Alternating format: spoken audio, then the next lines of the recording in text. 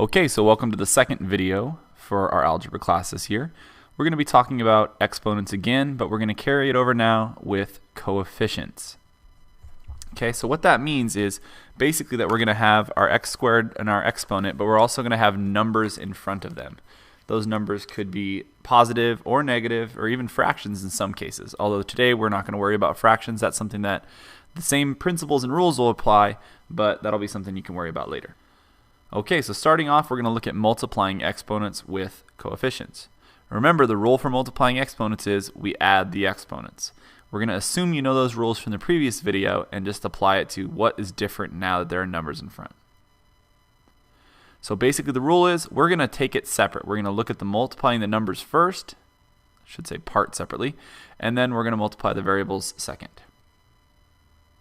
So looking at this example here, what I'm going to do is I'm literally going to go ahead and I'm going to write off to the side each part. As you get better at it, you don't really need to do that, but at the beginning it's a good, helpful hint to get you started. So I'm going to go ahead and write 7 times 3. And those are my two numbers that go along with the problem. And then I'm going to treat the second part separately. S to the 4th times S to the 5th. And I know I wrote them out of order, but it doesn't matter in multiplication. So now I can do is each part separately. 3 times 7 is 21. And S to the 4th times S to the 5th is S to the 9th. And that's it. Now all I have to do is put them together. So remember my answer was 21 and then S to the 9th. We're going to do the same thing on the second example here, which is negative 4r to the second power times 7r to the 4th power. I'm going to go ahead and I'm going to treat each piece separately. Negative 4 times 7. And then r to the second times r to the 4th. This right here gives me negative 28.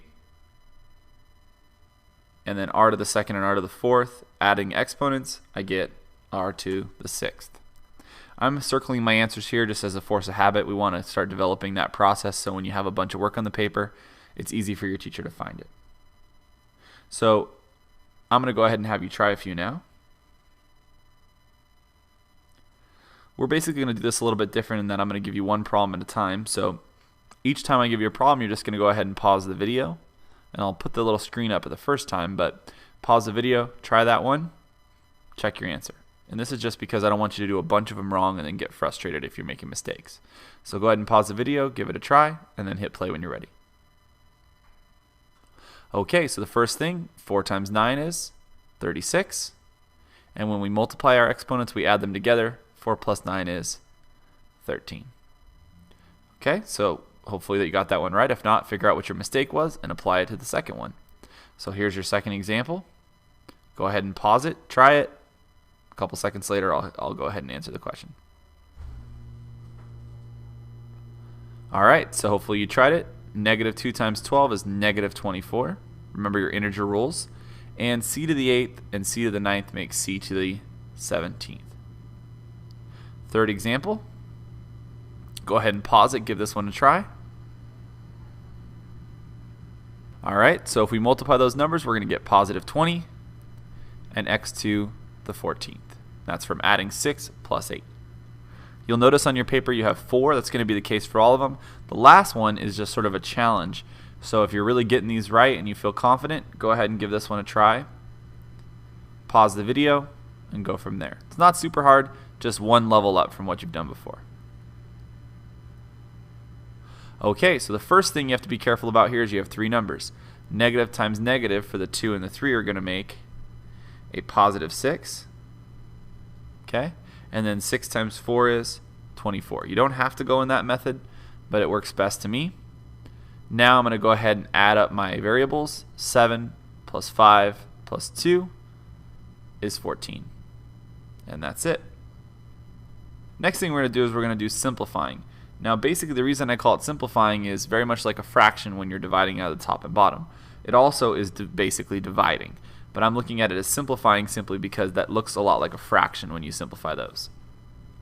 So here's our first example. What I like to do is I like to use a method called which has more, top or bottom. You can also straight up just use the division rules. However, that's going to leave you with some negative exponents sometimes. So we can look at both ways, but what I like to do and what's worked for my students over the years is to say which has more for each variable, top or bottom, and then how many more does it have. So we're going to start off with the x's. If I take a look here, I've got 2 on top and 4 on the bottom. So which has more? Obviously the bottom has more, which means the x's are going to end up on the bottom of my problem.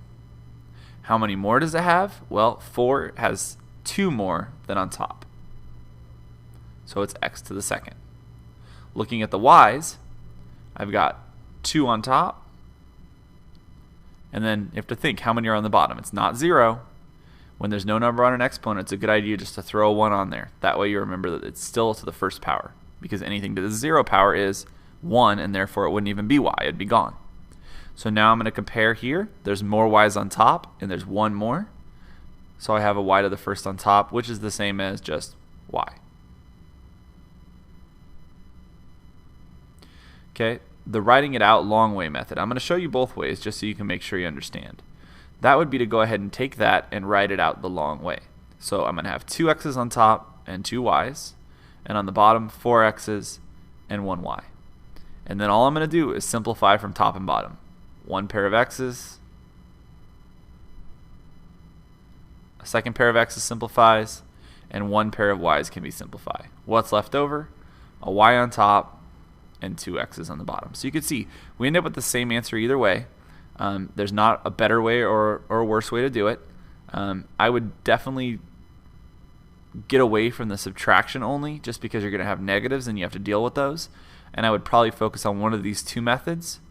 But you know, even if you want to take that route with it, I support you on that, and I will go ahead and help you individually. So we're going to go ahead now. We're going to try a few out, starting just like last time. Each time you're going to pause it, try it out. At the end, go ahead and hit play, and we'll see if your answer is right. Alright, so first things first, we're going to go ahead and make our fraction bar. This reminds us that there's a top and bottom. I'm going to look at my x's. There are more x's on top, 5 is more than 3, and there are 2 extra. Looking at my w's, again, the larger number is on top, 7 compared to 4, and that means there are 3 extras. It's totally fine that everything ends up on top. However, you don't just have a bottom that's empty, so you should put a 1 there. Your final answer could just not even have the 1, but as a practice right now, we're going to go ahead and leave a 1 if nothing's there. The second example you're going to do, go ahead and pause it, try this one. Okay, so what we're going to do now is we're going to draw our fraction bar. We're going to look at the v's. Here, we have an extra v, 1 extra on top compared to the bottom, because 8 is 1 bigger than 7. You're going to have 10 on the bottom and only 3 on top, so there's going to be 7 extra on the bottom. And that's it. Your third example, pay attention here to the fact that you have a 9 and a 9, and think about what that might mean when you're doing the problems. So pause it, hit play when you're ready. Okay, so on the bottom, we have 7 x's, on top only 2, so that means there are going to be 5 extra on the bottom. Now here we have the same amount of v's on top and bottom. What this means is that basically there are no extras, so there are no leftovers anywhere. Another way to look at it is all 9 are going to cancel if we're crossing them off on top and bottom, and there's none left over. However, we can't just have an empty half of a fraction, so we're going to go ahead and put a 1, which is why it's so important to start the problem out by putting a fraction bar. Okay, the challenge problem down at the bottom here, as you can see, I've got 4 different variables going on. So pause it, give it a try. If you can do this one, you really get this concept. Alright, I'm going to start with my a's. I have 3 extra on top compared to the bottom. For my b's, I have extra on top, and there are 9 of them. For the c's, there are 6 extra on the bottom compared to the top, and the d's are completely canceled out. Okay, so now we're going to look at how to simplify exponents with coefficients in front of them, meaning numbers in front of them. Okay, remember again, we're going to follow that same rule of which has more, top or bottom. However, we're also going to go ahead and deal with the numbers separately, just like we did in the last example. So taking a look right away, as you can see, we've got 12x to the 8th, y to the 9th on top, 48x to the 13th, y to the 7 on the bottom. So we're going to start off simply looking at the numbers themselves. Okay? If we simplify 12 over 48, we get 1 over 4. If you're unsure of that, I'll give you a quick diagram. I'm going to go ahead and I'm going to divide this by 12, which gives me a 1, and 48 divided by 12 gives me 4. You could also break that down into smaller pieces, divide by 3, then divide by 4, like that, and it would still work. Eventually, when you simplify, you get that. A good idea as well is to take that fraction off to the side, just like I showed you on the other one, and simplify it like that. Okay, now we're going to apply our normal rule. We have 8 on top and 13 on the bottom. Which has more? The bottom. How many more does it have? 5 more. So right off the bat, I've got 5 more on the bottom. Now I'm going to look at my y's. I've got 9 on top and 7 on the bottom. Which has more? Top. How many more does it have? 9 is 2 bigger than 7. And that's it. As soon as that's simplified, you're good to go. Now, a quick check is to say, hey, can I simplify any more? Is there still a letter on top and bottom? Is that number simplify more? Nope, it doesn't, so we know we're done. Okay, following that same thing, you can feel free to watch this again if you need to, but we're going to try some on our own, same way as before, one at a time, and pause it. So go ahead and pause this, simplify the numbers part first, make it a fraction, and then go from there. Okay, so if I simplify 12 over 15, that divides in by 2 each time. So I'm going to end up with, oh, I'm sorry, not 2, by 3. So I'm going to end up with 4 on top and 5 on the bottom. There are 8 x's on the bottom and 5 on top, so there are more on the bottom and there are 3 more. And there are 5 extra w's on top. Moving along to the second example, go ahead and pause it. Try it again. Okay, 30 over 60 simplifies out to 1 over 2. There are 5 x's on the bottom and only 2 on top, so that means 3 more on the bottom. And there are 8 on the bottom for r's and only 6 on top, so there are 2 extra. I put that 1 in the center on top. You could have put it on the side. You don't have to worry about it being perfectly centered. Go ahead now and pause it again. Try the third example. All right, so we're simplifying 24 over 18, which simplifies out to 4 over 3, because 6 divides into each of those. So remember, write it separately, simplify it that way if you need to. There are 8 on the bottom and only 2 on top for my x's, which makes 6 on the bottom. And there are 9 on top for v's and only 1 on the bottom, which make 8 extra on top. Okay, remember the last example is sort of a challenge to you, so you can see a lot of variables going on there and a little bit bigger numbers. So go ahead and pause it and give those a try. All right, so we're going to go ahead and simplify. 30 over 6 is, simplify out to 5 over 1, so a 5. We look at y's, we've got 3 extra on the bottom and only 2 on, so 5 compared to 2. X's, there's the same on top and bottom, so they completely cancel out. And z's, there is 1 extra on the bottom compared to on top. So again, comes out to be a nice simple answer, but starts out kind of complicated. All right. The last main concept we're going to talk about is exponents raised to more exponents. So we've already done this without a coefficient. This is one that we want to be really careful about. So when we raise an exponent to a power, we do 2 parts. First the number, then the exponent. Same as everything else. I really want you to be careful though, however, on this one. My example here is going to show the short way, but before that I want to go ahead and show you the long way. And I highly recommend you follow the long way just on this one method, which is this right here signifies that you need to write it 2 times. So I want you to go ahead and write it out times itself that many times. Okay, what you probably notice now is this is a problem just like the one we practiced at the beginning. Now we multiply 7 times 7 and apply our exponent rules. That will give you 49w to the 6th. Okay, another way to do it, the shorter cut, is to say, okay, I'm going to put a 1 on that 7, and I'm going to multiply both of those numbers outside. So I'm going to get 7 to the 1 times 2 is 2, and 3 times 2 is 6. The reason I don't like this is because very often the answer I'm going to get from students is going to be 14w to the 6th. And that's because they're taking a 2 and multiplying it by that 7. Not 7 times 7, but 7 times 2. Because of that, I really recommend that you write it out completely.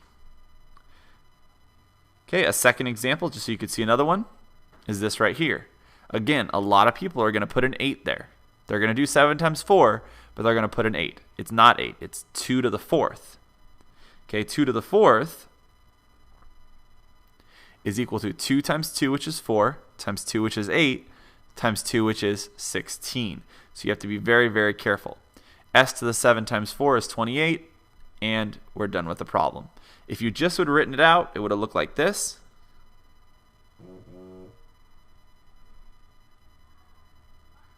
Okay, and I'm just going ahead and write those 4 times. And then I would have gone 2 times 2 times 2, and I wouldn't forget. Just to remind me there's that many 2's involved. Okay, so pause it and try the first one. All right, hopefully you tried it out. Be very careful here not to get 10w to the second. It's actually 25, because 5 times 5, and 4 times 2 is 8. Trying the second one, pause it, give it a try on number 2, or on B on your paper. 3 times 3 times 3 is 9, times 3 is 27, and then 7 times 3 is 21. Your last example, before the difficult one, go ahead and pause it and give it a try. Again, be very careful not to put 10 here. 2 to the 5th power is actually 32 if you actually multiply it all the way out.